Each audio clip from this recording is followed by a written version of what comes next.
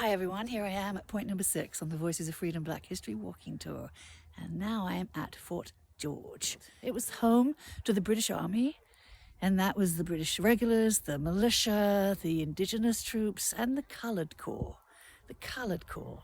The Coloured Corps had been formed during the War of 1812 by Richard Pierpoint. Richard Pierpoint, he was an enslaved man at age 16 from Bondy, now Senegal, was brought over to the colonies, purchased by a British military officer, and then when the American War of Independence broke out, he joined up with the rather notorious Butler's Rangers, who were stationed over there eventually at Fort Niagara. So after the war, the British thanked him by giving him a land grant here in Upper Canada. So over he came.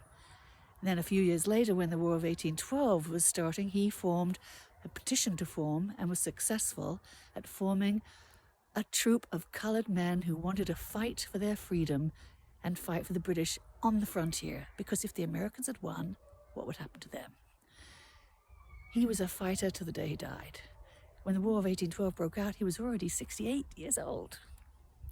So, read about him, hear about him on this site. You can read or listen to the audio clips. And meanwhile, I will join you at point number 7 over at the gazebo, looking out over the lake, Queen's Royal Park.